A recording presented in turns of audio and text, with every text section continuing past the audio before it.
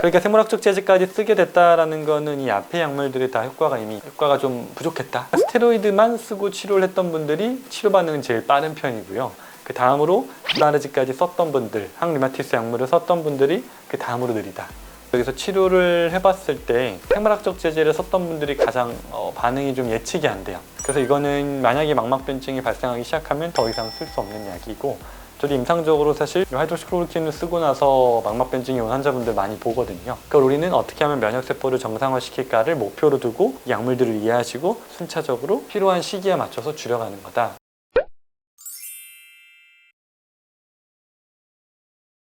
그러니까 생물학적 제재까지 쓰게 됐다라는 거는 이 앞의 약물들이 다 효과가 좀 부족했다. 군인들 억제도 해보고 옷도 벗겨보고 학교도 셧다운 시켜봤지만 군인들이 활성이 되니 그 군인들이 활성을 하는 과정에 필요한 물질을 차단시키는 게 생물학적 제재다. 그래서 저는 개인적으로 여기서 치료를 해봤을 때 식품 치료에 반응하는 흐름으로 보면 생물학적 제재를 썼던 분들이 가장 반응이 좀 예측이 안 돼요. 예측이 안 된다는 이유가 말이 이상하지만 단순하게 면역세포들을 억제했던 경우라면 그냥 올라오는데요. 그게 아니라 얘네들을 억제한 거에 더해서 얘네들 대화하는 통로까지 차단하고 어떤 항체를 막아서 얘네들이 대화 경로를 꼬여넣었다는 분들, 꼬여놨다는 게 그거에 적응해서 군인들이 그냥 아무 반응 안 하면 상관없는데 대부분 그렇지 않거든요. 그걸 우회해서 얘네들이 어떻게든 대화하려고 몸이 적응하는 과정에서 또 통증이 발생을 하고 그런 상태에서 저희를 찾아오시게 되다 보니까 생물학적 제재까지 오랜 기간 썼는데도 염증 조절이 안 됐던 분들이 가장 치료가 좀 어려운 편이고요. 이 엔세이드나 스테로이드만 쓰고 치료를 했던 분들이 치료 반응은 제일 빠른 편이고요.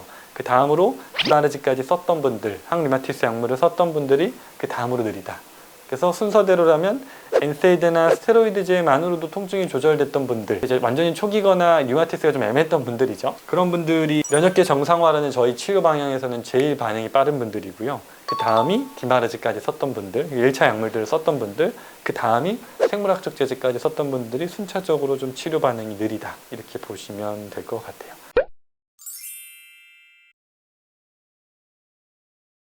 부작용은 사실 너무 많아서 이게 제가 이렇게 항상 얘기하면 약을 부정하는 것처럼 보이는데 아까도 강조드렸지만 약이 잘못됐다가 아니라 약이 타겟으로 하는 건 아주 명확하다. 그 명확한 타겟에 동반하는 부작용도 명확하다. 그거를 이해를 하시고 약을 이해하시고 내 치료 단계에서 어떤 단계이기 때문에 줄인다, 늘린다를 이해를 하고 대처를 하셔야지 약은 나쁘니까 끊는다 또는 약은 무조건 좋으니까 계속 먹는다. 이 관점은 바꾸셔야 된다. 이 치료를 계속 강조드릴 때 류마티스 관절염은 면역질환이고 저희는 면역세포가 미쳤다라는 현상을 바라봤을 때 그 면역세포 정상화를 목표로 치료를 하는 거고요. 그동안의 방식들은 미친 면역세포들을 재기능 차리는 방법은 없으니 최대한 효과적으로 억눌러 보자 였던 건데 그 방식이 틀렸다가 아니라 그 방식의 효과는 분명하다. 다만 근본적으로 치료는 어렵다.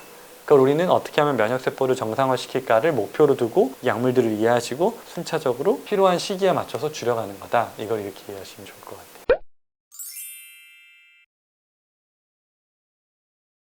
살파살라진이라고 불리는 약물들은 염증 억제, 관절 손상 예방 맞고요. 효과로서는 그런데 이제 치료 초기에 사용하는 이유가 얘네들은 약물이 작용하는 데까지 걸리는 시간이 좀 걸려요. 스테로이드제나 엔세이드 같이 직접적으로 바로 통증을 가라앉히는 개념의 약물들이 아니고 얘네들은 면역세포를 작용에 영향을 줘서 그게 염증이라고 하는 다음 단계로 가는 걸 막는 개념이다 보니까 시간이 조금 더 걸리는데 이 살파살라진이라는 거는 몸 안에서 분해됐을 때는 보통 설파피리딘, 메살라진이라고 분해가 장에서 돼서 염증성 장질환 같은 데 쓰는 이 메살라진 계열의 약물들인데 이 분해된 이 두 가지가 각 작용하는 방식들이 여기 그림으로 잘 되어 있는데 이게 우리 몸에서 면역계가 반응하는 흐름을 보면 이 과정이 간단히 설명을 해보면 외부에서 들어온 이물질을 얘가 인식을 해요. 그럼 인식을 해서 이 리셉터가 우리 몸한테 신호를 보냅니다. 이런 적군 들어왔으니까 그거에 맞는 무기 만들어서 싸워야 됩니다 라는 신호를 보내는 그 통로가 TLR이라고 하는 톨-like 리셉터라고 해서 얘네들이 인식을 하면 그 신호를 세포가 받아서 그거에 맞는 무기를 만들어서 내보내는 과정이에요. 근데 그 과정에서 이 하이드록시클로로퀸이라는 약물은 그거에 맞는 무기를 만드는 과정에서 T세포나 B세포들이 반응을 할 때 그 과정을 차단하는 약물이거든요. 이 하이드록시클로로퀸이라고 하는 건 시작은 항말라리아제로 시작을 했지만 우리가 T세포를 타겟으로 하는 약이다라고 이해하시면 좀 쉽고요. 레플루노미드도 여기 나와 있는 것처럼 같은 계열의 약물인데 림프구의 증식 과정에서 필요한 어떤 대사 과정을 얘가 차단을 하니까 림프구가 증식을 못하게 하는 약물이니까 얘는 직접적으로 면역 억제제라는 게 면역 반응을 낮춘다라는 표현보단 면역 세포들의 증식을 막는다 이렇게 보시면 되거든요. 레플루노미드도 같은 계열의 약물이고 하이드록시클로로킨 이런 계열, 설파살라진이 같은 계열의 이 에너지 대사 과정을 방해하는 거에 동시에 메토트렉세이트가 상당히 여러 군데 작용을 하는데, 제가 환자분들이 뭐 전문가로 키워내는 게 목표가 아니니까, 그러니까 메토트렉세이트는 작용하는 부위가 엄청나게 다양해요. T세포, B세포, 사이토카인 여러 부분이지만 그래도 가장 기존 그 핵심은 골수거든요. 그러니까 군인들이 면역세포들이 애초에 만들어지는 그 과정에 관여를 해서 못 만들어내게 하는 개념의 약물이 메토트렉세이트의 핵심이니까요. 이런 관점에서 바라보시면 되는데, 그래서 이 효과들은 아주 명확하죠. 아까 설명드린 걸 요약해보면 면역세포들, 그러니까 군인들의 무기를 뺏고 옷을 벗기고 군인들이 못 만들어지게 하다 보니까 면역 반응이 확 가라앉아요. 전쟁을 싸울 수가 없죠. 싸울 군인들이 활동을 못하니까, 싸움이라는 거는 손바닥도 부딪혀야 소리가 나는 것처럼 적군만 있다고 전쟁이 일어나는 게 아니고, 적군과 아군이 부딪혀서 싸울 때 전쟁이 일어나고, 이게 염증인데, 적군이 있던 말던 아군이 활동을 못하게 하면 적군을 공격하지 않으니까요. 다만 이 류마티스는 적군뿐만 아니라 아군도 공격하고 있었던 거니까 이 군인들을 억누르면 아군을 때리는 현상도 같이 줄어드는 거죠. 대신에 이 약물의 부작용은 아주 단순하게 아군을 안 때리게 하는 동시에 그 반응이 적군한테도 똑같이 적용이 되니까 실제로 적군이 들어와도 싸우는 게 좀 약해지는 거죠. 그래서 대표적으로 감염에 취약해진다, 또는 뭐 암과 같은 이상세포들이 증식할 때 막는 능력이 떨어진다, 세균이나 바이러스 같은 외부 물질의 침입에 약해진다, 이런 부작용들이 원리적으로는 가장 일반적인 부작용인 거고, 그 이외에도 메토트렉세이트 같은 경우는 약물 자체가 독성이 강하다 보니까 간 손상, 신장 손상을 알려져 있고, 또 우리가 항암제라고 생각하면 세포 재생이 빠른 장기들인 장, 탈모, 그러니까 모발 같은 곳에서 탈락 주기가 빠른 곳들이죠. 그러니까 거기서 변화를 많이 만들어낼 테니까 소화기 이상, 위장관 증상들, 뭐 심한 분들은 장, 폐색, 탈모, 뭐 이런 증상들을 부작용으로 많이 호소를 하고요. 구토나 구강기양 다 같은 개념으로 점막 재생을 방해하니까 생기는 문제들이라고 보시면 되고요. 설파살라진은 뭐 소화기 증상이나 피부 발진이랑 많이 알려져 있는데, 하이드록시클로로킨이 이제 가장 위험한 부작용 중에 하나가 이제 시력 변화죠. 망막변증인데, 이 하이드록시클로로킨이 체내에서 대사가 잘 불안정하게 됐을 때는 체내에 축적되는 경향이 있는데, 그게 주로 망막에서 많이 일어난다고 알려져 있어서 하이드록시클로로킨을 처방받으시면 보통 병원에서 6개월 정도 단위로는 안과 검진을 꼭 정기적으로 하시라고 하는 이유가 그런 것들이거든요.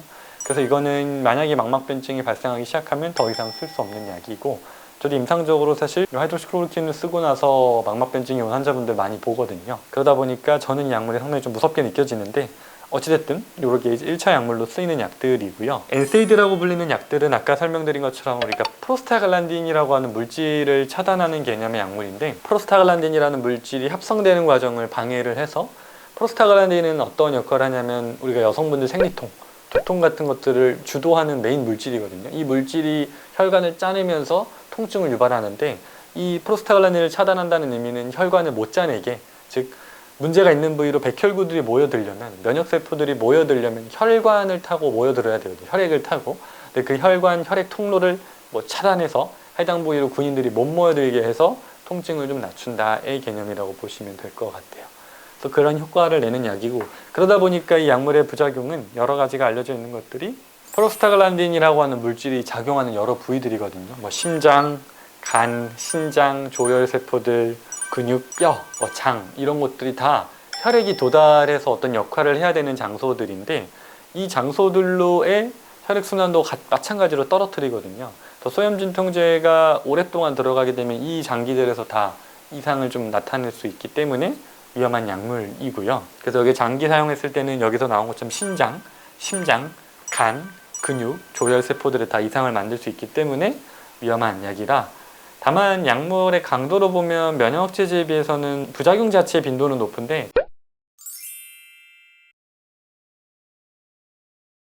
그리고 스테로이드제는 뭐 프레드니솔론이라고 하는 게 대표적으로 가장 많이 쓰는 약물이죠. 스테로이드제는 종류를, 스테로이드도 좀 강도를 강, 중, 약으로 나눴을 때 중간 정도, 우리가 병원에서 처방받는 약들로 베타메타손 같은 경우가 가장 강도가 높은 스테로이드제고요. 프레드니솔은 그 중간 정도의 강도인데, 이게 가장 류마티스에는 흔하게 쓰이는 중간 강도의 약물인데, 중간 강도라는 말은 약물의 지속 시간도 중간 정도, 중기형 정도에 해당되고요. 효력도 그 정도, 약한 하이드로코르티손이라고 불리는 가장 약한 강도의 스테로이드보다는 여기서 한 4배 정도 강한 활성도를 띈다고 알려져 있고, 기간도 그것보다는 조금 더 길게 작용하는 약물인데, 이 약물 같은 경우에는 타겟으로 하는 것들이 여러 가지가 있지만 그냥 쉽게는 면역 반응이 진행되는 과정에서 분비되는 물질들, 그러니까 면역 매개 물질들을 많이 차단을 하고, 또 여기 마찬가지로 혈관 반응을 좀 조절해서, 그러니까 엔세이드보다 조금 더 몇 가지가 추가된 계열이라고 보시면 되겠죠.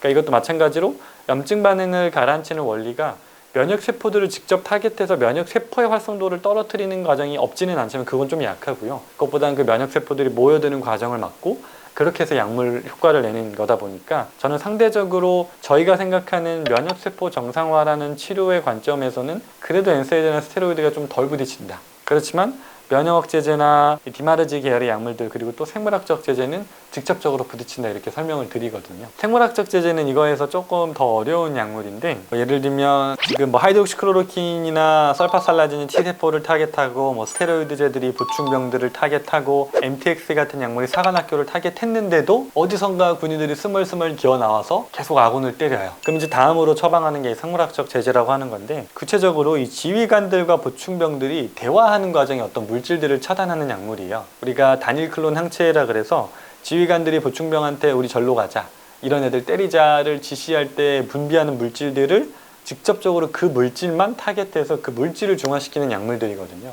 그러니까 주사제의 효과는 뛰어난 이유가 군인들을 다 억제했는데도 군인들이 어디선가 뛰쳐나와서 서로 대화하면서 아군을 때리는 대로 애들을 막 끌고 가. 그럼 그 과정에서 주로 대화할 때 쓰는 물질들이 있겠죠.